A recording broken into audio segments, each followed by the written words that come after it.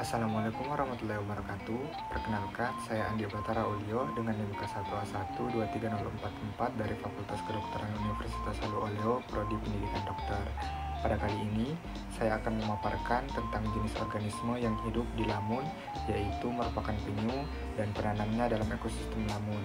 Saya akan menjelaskan mulai dari pengertian, karakteristik, jenis-jenis, hingga apa saja sih yang menarik mengenai penyu itu sendiri. Untuk yang pertama, saya akan membahas mengenai pengertian lamun dan hubungannya dengan penyu.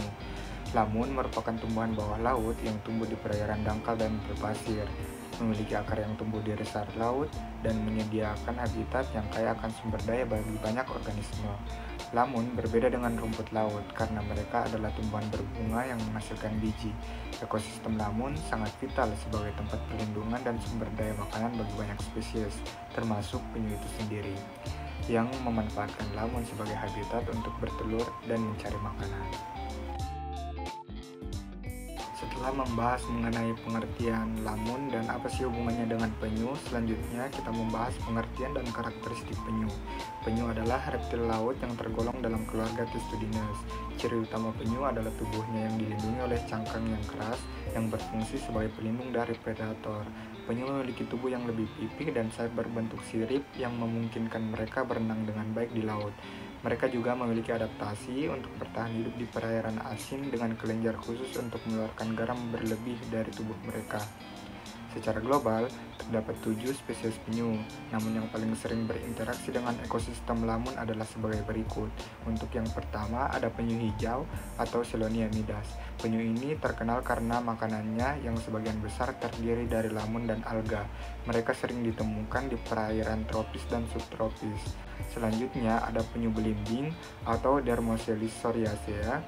Meskipun lebih dikenal karena memakan ubur-ubur, penyu belimbing juga dapat ditemukan di perairan yang mengandung lamun, meski tidak memanfaatkan lamun sebagai makanan utama. Selanjutnya ada penyu tempayan atau Sareta sareta.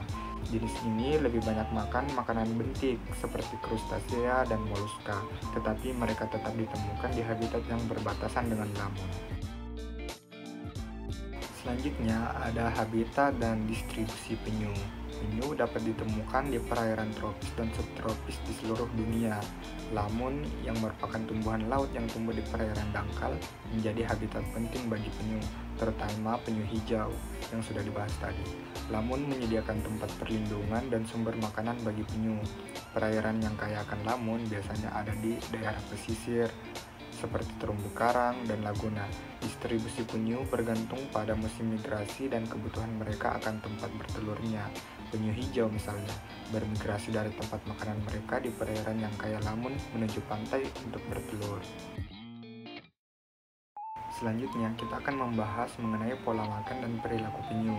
Penyu memiliki pola makan yang bervariasi tergantung pada spesiesnya. Penyu hijau yang menjadi contoh utama dalam interaksi dengan lamun. Penyu hijau terkenal sebagai herbivora yang memakan lamun, rumput laut, dan juga alga. Mereka menggunakan paruh mereka untuk menggigit dan memotong lembar daun yang kemudian dimakan. Lamun adalah sumber nutrisi yang penting karena kaya akan bahan organik dan mineral yang dibutuhkan oleh penyu. Beberapa penyu lain, seperti penyu belimbing, lebih banyak memakan ubur-ubur, tetapi mereka tetap dapat ditemukan di ekosistem lamun karena lingkungan tersebut menyediakan tempat beristirahat yang aman dan perlindungan dari predator. Penyu sering terlihat menyelam hingga kedalaman 50 meter untuk mencari makanan, namun mereka tetap harus muncul ke permukaan untuk bernafas. Selama waktu-waktu tertentu, penyu juga akan beristirahat di dasar laut atau di permukaan untuk menghemat energi. Setelah itu, kita akan membahas mengenai peran penyu dalam ekosistem lamun. Penyu hijau berperan sangat penting dalam menjaga keseimbangan ekosistem lamun. Mereka memangkas tanaman lamun saat makan, yang justru membantu mengontrol pertumbuhan lamun agar tidak terlalu rapat dan menutupi permukaan laut. Dengan memangkas lamun, penyu juga membuka ruang bagi tumbuhan baru untuk tumbuh, yang mendukung keberagaman hayati dan kelangsungan hidup organisme lain di ekosistem tersebut. Selain itu, penyu juga berperan dalam sirkulasi nutrisi di dalam ekosistem. Kotoran penyu mengandung nutrisi yang dapat mendukung kehidupan organisme lain yang ada di dasar laut, seperti krustasea dan moluska.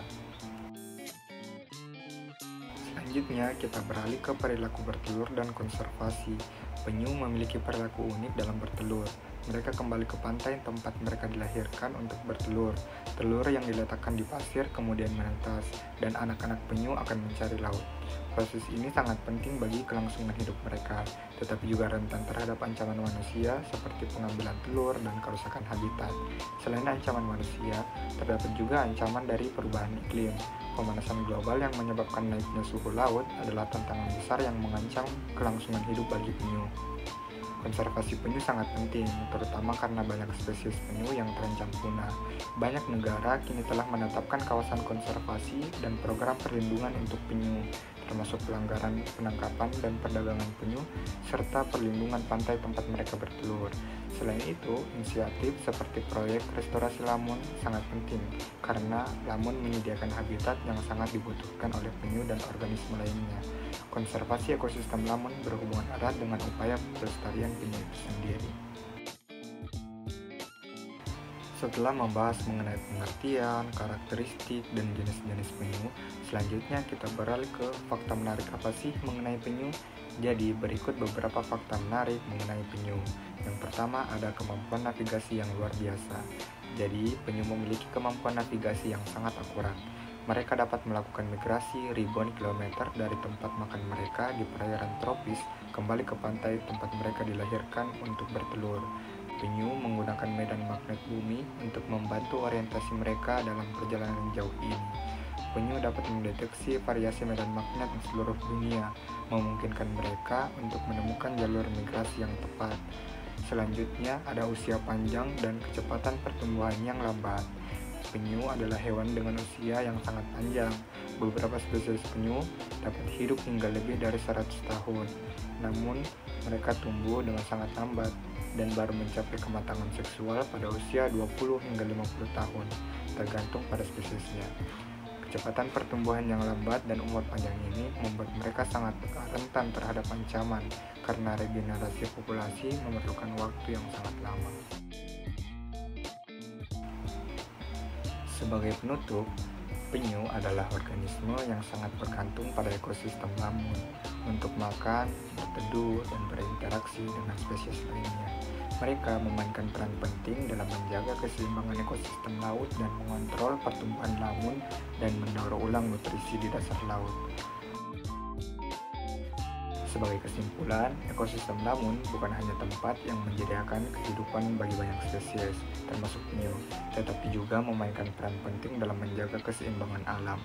Melalui upaya konservasi yang berkelanjutan, kita dapat memastikan bahwa penyu dan ekosistem lamun terus mendukung kehidupan laut yang sehat dan seimbang.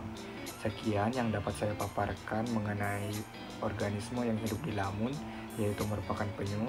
Terima kasih atas perhatiannya, dan marilah kita semua berperan dalam melindungi kehidupan laut untuk generasi mendatang. Wassalamualaikum warahmatullahi wabarakatuh.